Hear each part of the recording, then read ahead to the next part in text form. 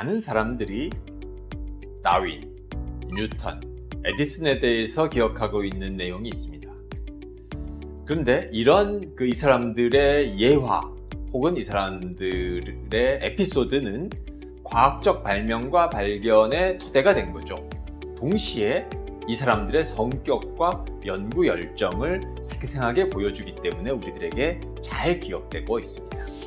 다윈이 어린 시절에 딱정벌레 관찰을 좋아해서 두 손에 한 마리씩 채집하는 걸 넘어서 입속에까지 딱정벌레 한 마리를 넣고 집으로 돌아왔다는 얘기. 뉴턴이 케임브리지 대학 교정에서 사과가 떨어지는 걸 보고 만유인력 발견으로 연결시킨 이야기처럼 과학자의 특징을 생생하게 보여주는 사례가 없었으면 우리가 오늘날 이런 다윈이나 에디슨, 뉴턴에 대해서 갖고 있는 이미지는 아마 상당히 달랐을 겁니다. 이처럼 적절한 예화는 우리의 기억과 생각을 생생하게 시각해내는 힘이 있습니다.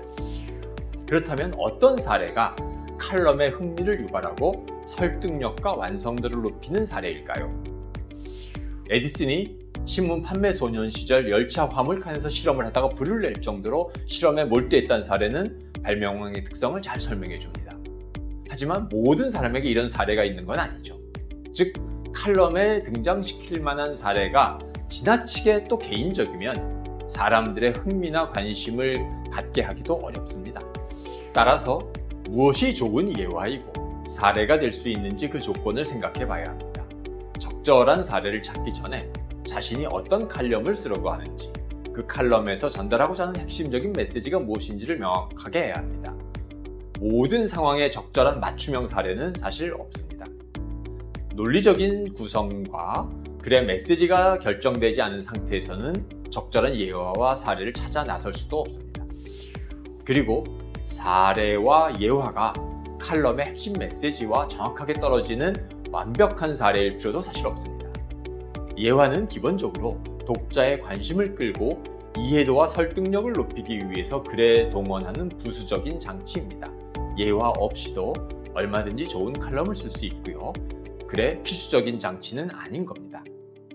글의 흥미를 돋우기 위한 도구 혹은 재미를 만들어내는 장치인 만큼 다양한 목적으로 예화를 사용할 수 있습니다. 칼럼 첫머리를 항상 인상적인 예화로 시작해야 되는 것도 아닙니다. 본문 중간이나 결론에서 사례를 가져다가 자신의 논리를 강화하는 용도로도 쓸 수 있습니다. 그리고 실제 사건이나 에피소드도 좋지만 많은 사람들이 알고 있는 명언 혹은 고전의 한 구절도 적절하게 인용을 하면 좋은 예화의 기능을 할 수 있습니다. 적절한 인용구도 독자들로 하여금 글에 대한 흥미와 권위를 만들어내고 설득력을 높이는 도구이기 때문이죠. 자, 그럼 이번에는 칼럼 작성 시에 제가 활용했던 몇 가지 사례와 인용구들을 알려드리겠습니다. 제가 디지털 카메라 관련 칼럼을 쓸 때였습니다. 카메라 감도와 렌즈 조리개 값을 확대하는 현상이 지금 카메라 업계에 일어나고 있어요. 그런데 이 글을 쓰면서 저는 괴테가 죽기 전에 마지막으로 남겼다는 말을 인용을 했습니다. 나에게 조금 더 빛을 이라는 문구를 글의 첫머리로 내세운 거죠. 디지털 기기의 기술 경쟁에 난데없이 괴테를 불러온 글이었습니다. 근데 칼럼이 실리자 이 괴테의 문구로 인해서 카메라 이런 기술에 전혀 관심이 없었던 한때 고교 시절의 문학소녀였던 사람이 나이가 들어서 흥미롭게 이 글을 읽었다라고 메일을 받게 돼 있습니다.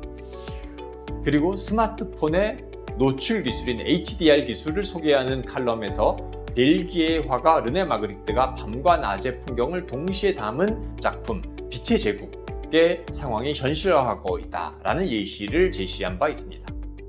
진실과 가상의 경계가 희미해지는 상황을 다룬 글인데 이 글은 마치 대학 수능 시험의 비문학 제시문과 같다는 평을 듣기도 했습니다.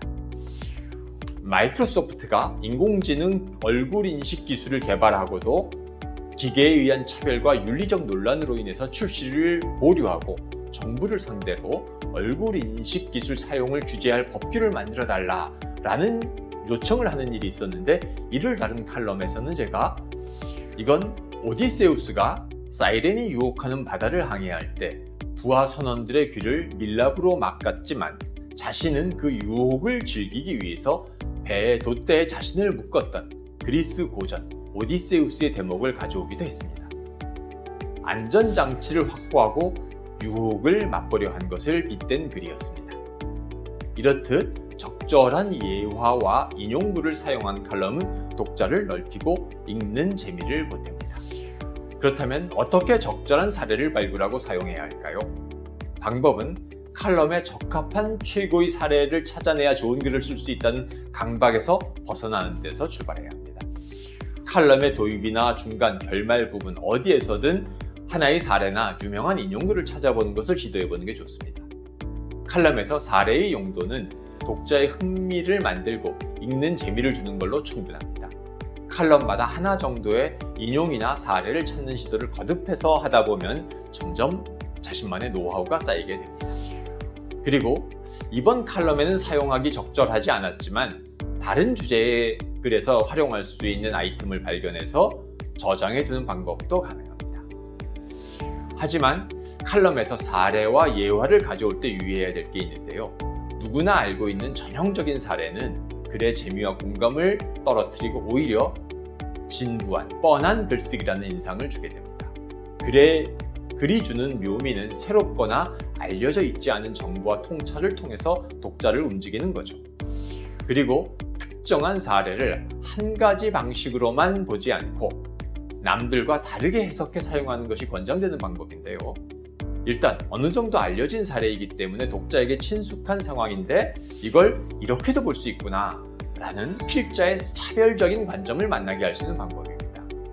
이제껏 알고 있었던 것과 달리 새로운 방법으로 사례를 해석하고 현재 상황이랑 연결시킬 때 창의적인 쓰임이라고 하는 효과를 거둘 수 있는 거죠.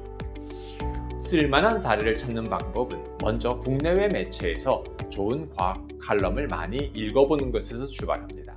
전문가들이 어떤 글에서 어떤 사례를 인용하는지 관찰해보면 사례 자체의 독특함이라기보다는 그것을 자신의 글에서 적절하게 해석해서 의미를 부여한다는 것을 발견하게 됩니다.